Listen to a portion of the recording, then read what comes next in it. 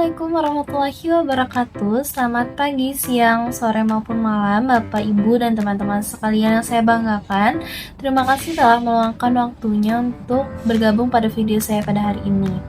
Saya harap semua dalam keadaan sehat walafiat, dan semoga video saya dapat memberikan dampak positif, bermanfaat, dan berguna menjadi wawasan baru untuk kita semua.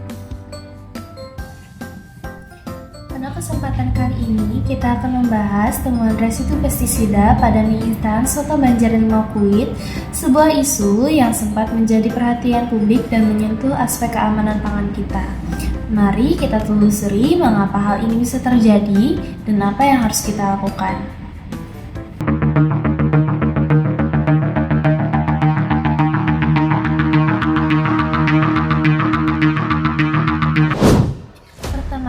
Mari kita lihat faktor penyebabnya. Zat berbahaya ini umumnya berasal dari kontaminasi bahan baku yang terjadi sejak di tingkat pertanian. Ketika pestisida digunakan untuk melindungi tanaman seperti gandum, residu kimianya bisa menempel dan tidak hilang sepenuhnya. Bahkan setelah bahan baku tersebut diproses menjadi tepung. Selain itu, kurangnya pengawasan dari kualitas yang ketat di sepanjang rantai pasok juga bisa menjadi celah bagi masuknya zat-zat berbahaya ini ke dalam produk akhir. Nah, pada pembahasan saya yang kedua, yaitu apa itu pestisida dan bagaimana bisa masuk ke dalam makanan. Pestisida adalah zat kimia yang dirancang untuk mengendalikan hama pengganggu tanaman, seperti serangga, gulma, ataupun jamur.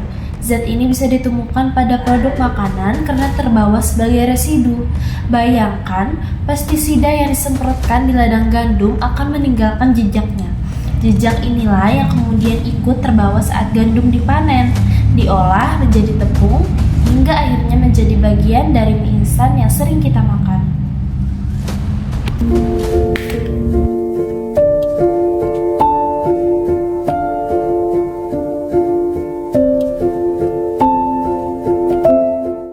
Yang ketiga, dampak kesehatan konsumsi makanan yang mengandung pestisida, apalagi sudah termakan ya pada mie. Selanjutnya, pertanyaan yang paling krusial adalah dampaknya bagi kesehatan ini, yaitu mengonsumsi makanan yang terkontaminasi pestisida, terutama dalam jangka panjang, dapat berbahaya. Akumulasi zat kimia ini di dalam tubuh dapat memicu gangguan pada sistem saraf dan masalah hormonal, sehingga dapat meningkatkan risiko penyakit kronis seperti gangguan fungsi hati, ginjal, bahkan beberapa jenis kanker. Nah, pada penjelasan saya yang keempat mengenai langkah antisipasi pemerintah dan produsen. Untuk mencegah kejadian serupa, perlu ada langkah konkret dari semua pihak. Pertama-tama dari sisi produsen, mereka harus memperketat pengawasan dan pengujian bahan baku dari pemasok. Hal ini bisa dilakukan dengan uji laboratorium rutin dan memastikan semua bahan memenuhi standar keamanan yang ketat. Dari sisi lain, pemerintah juga memiliki peran vital. Melalui lembaga seperti BPOM, mereka perlu menguatkan regulasi terkait batas aman residu pestisida dan meningkatkan frekuensi inspeksi mendadak ke pabrik-pabrik. Sinergi antar pemerintah, produsen, dan petani sangat penting untuk memastikan keamanan pangan kita.